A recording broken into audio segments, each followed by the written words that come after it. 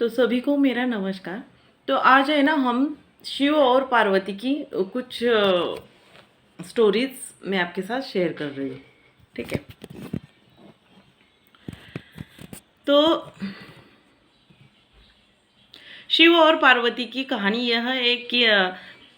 यह है कि सती के देह त्यागने के बाद शिव तपस्या में लीन हो गई थी।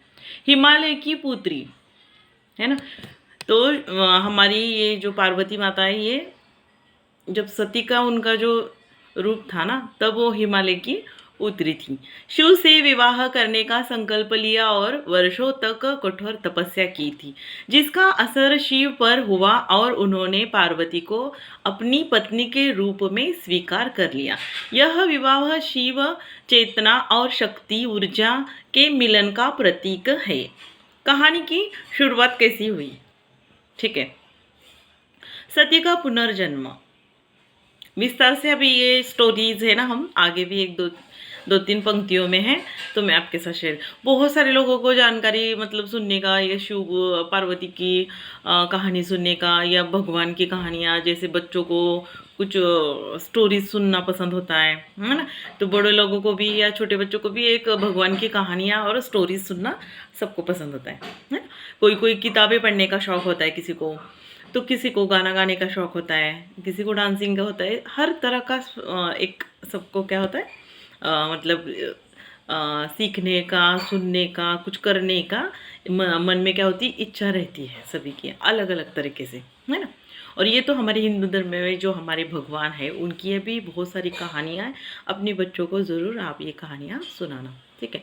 सती का पुनर्जन्म। देवी सती ने अपना देह त्याग दिया था। इसके बाद उन्होंने पर्वतराज हिमालय की पुत्री के रूप में पुनर्जन्म लिया था और उन्हें पार्वती के नाम से जाना जाने लगा, है ना। शिव का ध्यान।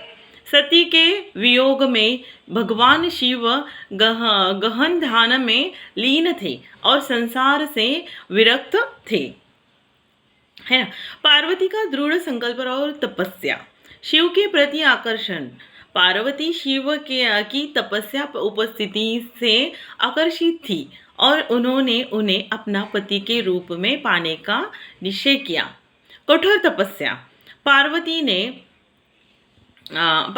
कठोर परिस्थितियों में वर्षों का तप किया, अन्न का त्याग किया।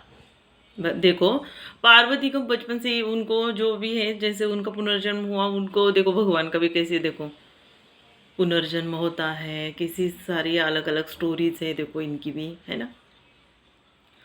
तो फिर उनका जन्म हुआ, फिर उनको मिलना तो तय ही था उनका, है ना।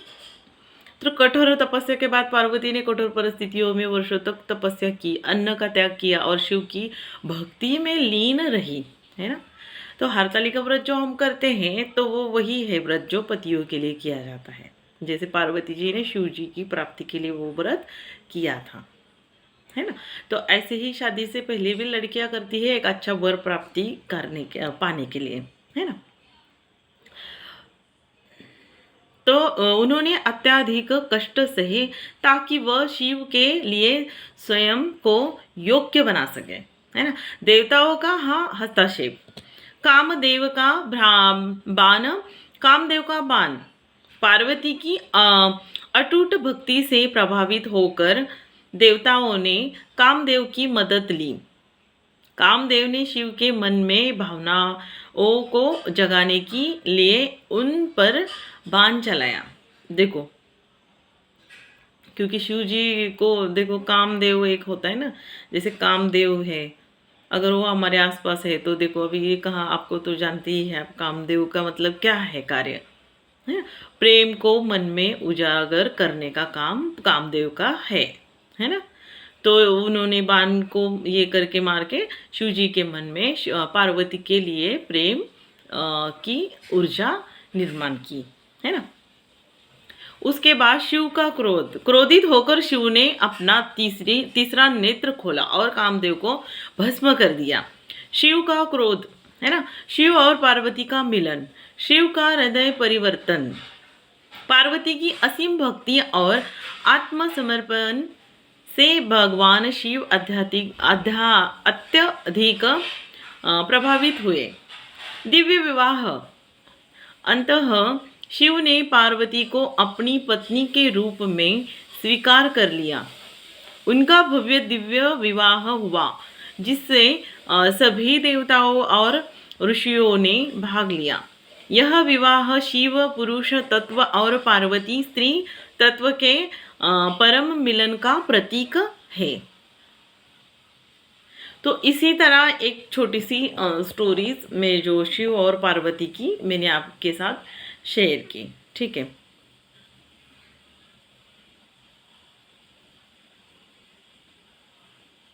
तो आशा करती हूँ ये छोटी सी स्टोरी आपको ज़रूर पसंद आई होगी। तो इसी के साथ में मेरे चैनल में ज़रूर मैं एक अलग अलग धार्मिक स्टोरीज़ में यहाँ पे वीडियो के दौरान पोस्ट करूँगी।